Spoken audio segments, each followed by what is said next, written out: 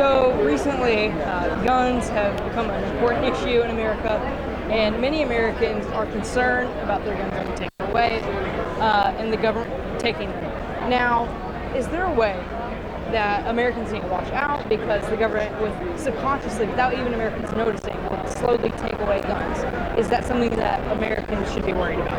Well, I think always. I think it's a good always be aware of what lawmakers are proposing, even if it's something super simple, like, for instance, the definition of certain firearms parts, or whether they're trying to tweak the law. There's a lot of moving parts, and sometimes it's not even lawmakers. Sometimes it might even be the ATF that makes a determination that in the Capitol it might go unnoticed, or at least doesn't get as much attention as it would if it were a piece of legislation that's proposed. I think that Americans have a really good position to push back because, let's think about it. When we look at the crime rate in the cities that have the highest crime rates, one of the things that they have in common is that it's always a certain number of the same violent criminals that are always driving up the crime rate. In Chicago, it's the same 1,400 criminals, according to Chicago PD, that are driving the majority of the city's crime rate. The same 1,400 people that go to jail, and then they get out early, or sometimes they don't even go to jail. They just get a wrist slap, and then they keep offending. They keep committing crime.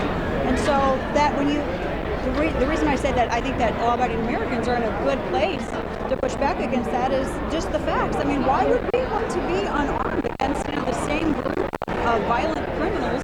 And that really, we can't really depend on our government officials in certain cities to protect us, so we need to be able to protect ourselves.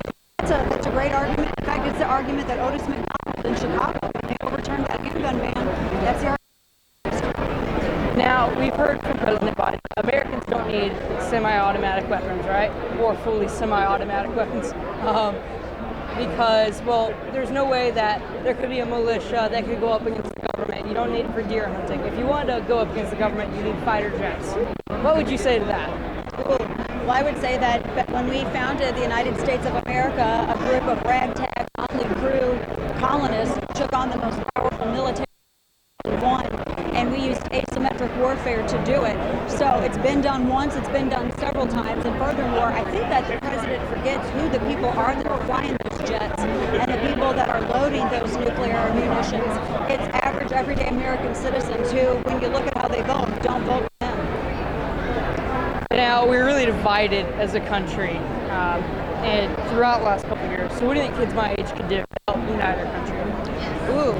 I think always question what you're told, and don't be afraid to speak out. And there's strength in numbers. I think those are the three biggest things, because it's getting harder and harder, I think, for kids to speak out, because they see how, even like teenagers that are older than them, they see how they're treated, they see how adults are treated, and that might make kids think, maybe I don't want to attract that much attention to myself or get that much criticism if I speak out. But if you always speak in truth, and if everything that you say is rooted in fact, you are in the best position. No one can defeat you in any kind of logical, reasoned discussion. Well, thank you so much.